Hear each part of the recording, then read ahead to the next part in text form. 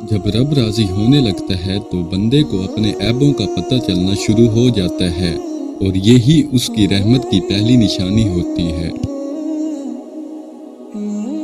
امید کبھی نہ چھوڑنا، کل کا دن آج سے بہتر ہوگا انشاءاللہ۔ اٹھا کر پھینک دو اپنی زندگی سے ہر اس شخص کو جو تمہارے ذہنی سکون کے لیے خطرہ ہے۔ اکیلے ہونے کی سب سے اچھی بات یہ ہے کہ جب تم پریشان ہوتے ہو تو تمہیں سننے والا صرف اللہ ہوتا ہے۔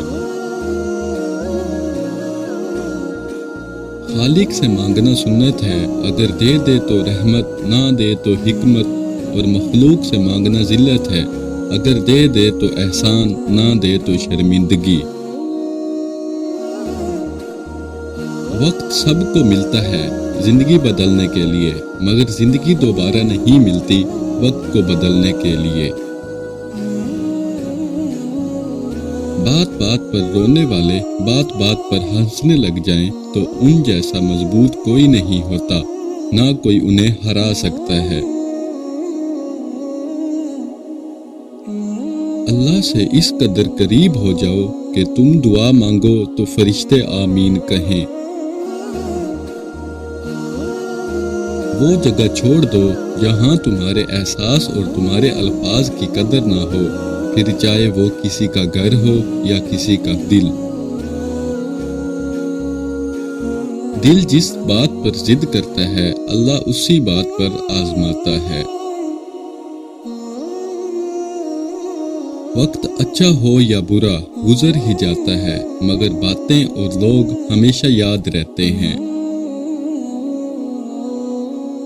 اگر کسی کی تکلیف دے کر تمہیں تکلیف ہونے لگے تو سمجھ لینا تم اللہ کے بنائے ہوئے بہترین انسان ہو۔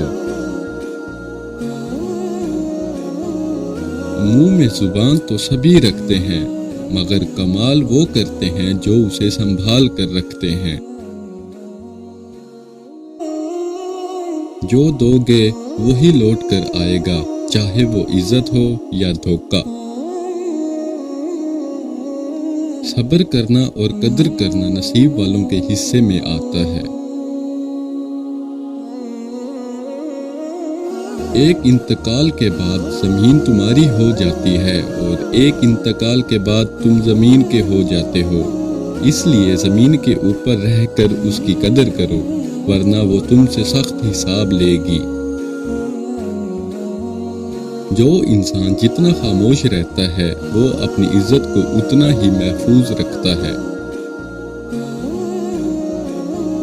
میں ایسے رشتے کو نہیں مانتا جو دکھ میں درد میں سہارا دینے کے لیے تو غائب ہوں مگر تانا دینے کے لیے حاضر ہو جائیں۔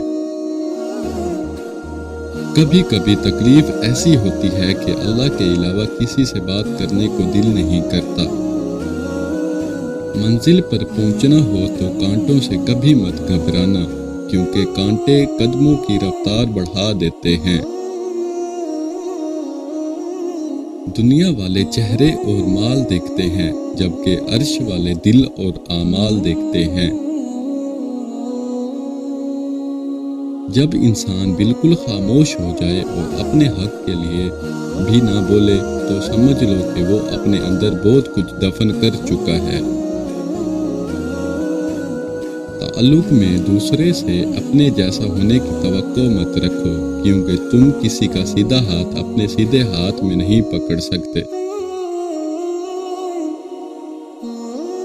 زندگی اس اذان سے شروع ہوتی ہے جس کے بعد نماز نہیں ہوتی، اور ایسی نماز پر ختم ہوتی ہے جس سے پہلے اذان نہیں ہوتی۔